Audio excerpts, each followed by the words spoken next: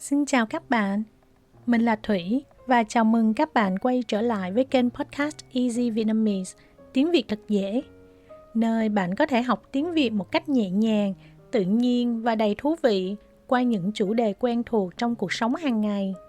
Lại thêm một tuần mới bắt đầu, mình chúc các bạn luôn có sức khỏe tốt, tinh thần tích cực và thật nhiều năng lượng để học tập, làm việc thật hiệu quả. Dạo gần đây, có nhiều tin tức về kinh tế, giá cả, lạm phát ở nhiều nước trên thế giới. Vậy nên hôm nay, mình muốn chia sẻ với các bạn một chủ đề rất gần gũi, đó là tiền bạc. Tiền bạc là một phần quan trọng trong cuộc sống, và trong tiếng Việt cũng có rất nhiều thành ngữ và tục ngữ nói về tiền bạc. Nếu bạn biết sử dụng những câu này đúng lúc, bạn sẽ khiến người Việt rất ấn tượng vì bạn không chỉ giỏi tiếng mà còn hiểu văn hóa nữa đó. Hôm nay mình sẽ giới thiệu 5 thành ngữ, tục ngữ phổ biến trong tiếng Việt liên quan đến tiền bạc, kèm theo giải thích và ví dụ cụ thể. Cùng bắt đầu nhé! Câu đầu tiên mình muốn giới thiệu là tiền nào của nấy. Tiền nào của nấy có nghĩa là giá tiền thường đi đôi với chất lượng. Chúng ta dùng câu này khi muốn nói đồ rẻ thì thường chất lượng sẽ thấp, đồ đắt thì thường tốt hơn. Thông thường, câu này được dùng khi chúng ta muốn phàn nàn hay đánh giá về chất lượng sản phẩm. Ví dụ, vì tiết tiền nên mình mua một cái tai nghe không rõ nguồn gốc chỉ 100.000 đồng. Mình nghe được đúng 2 ngày thì tai nghe bị hư. Bạn mình nghe vậy thì nói, đúng là tiền nào của nấy, lần sau nhớ chọn hàng uy tín hơn nha. Câu thứ hai mình muốn giới thiệu là có tiền mua tiên cũng được. Có tiền mua tiên cũng được, có nghĩa là tiền có thể giúp bạn làm được nhiều điều tưởng như không thể. Chúng ta dùng câu này khi muốn nhấn mạnh sức mạnh của tiền bạc trong cuộc sống. Ví dụ, mình đi đám cưới một người bạn giàu có. Tiệc cưới tổ chức ở resort 5 sao ven biển. Có pháo hoa, có trực thăng, khách mời còn được ở lại resort miễn phí. Mọi người đều trầm trồ. Wow, đúng là có tiền mua tiên cũng được.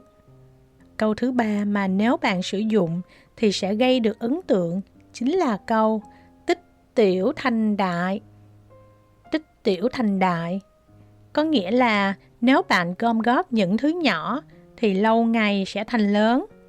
Câu này dùng để khuyến khích mọi người tiết kiệm, cố gắng từng chút một sẽ có kết quả lớn. Ví dụ, một gia đình mỗi tháng chăm chỉ tích lũy một số tiền nhỏ. Sau một thời gian, họ đã có thể mua một căn nhà to. Khi mọi người đến chúc mừng và hỏi làm thế nào để mua được nhà, họ nói, chúng tôi chỉ tích tiểu thành đại thôi. Câu tiếp theo là của thiên trả địa. Của thiên trả địa có nghĩa là tiền bạc không do mình làm ra bằng sức lao động chân chính thì sớm muộn cũng mất đi. Câu này dùng để nói về người có tài sản không do mình làm ra hay có tài sản bất chính thì cuối cùng cũng bị mất hết. Ví dụ, một người trúng số hàng tỷ đồng, sau đó tiêu xài hoang phí không lo làm ăn. Vài năm sau, họ không còn chút tiền nào cả. Những người xung quanh nói, của thiên trả địa thôi, không lao động mà có tiền thì cũng không giữ được lâu đâu. Câu cuối cùng mình muốn nói là đồng tiền đi liền khúc ruột.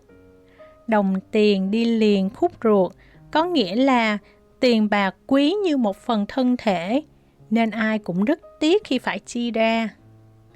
Dùng câu này khi ai đó không muốn cho vay tiền, không muốn chia tài sản hoặc tiếc tiền quá mức.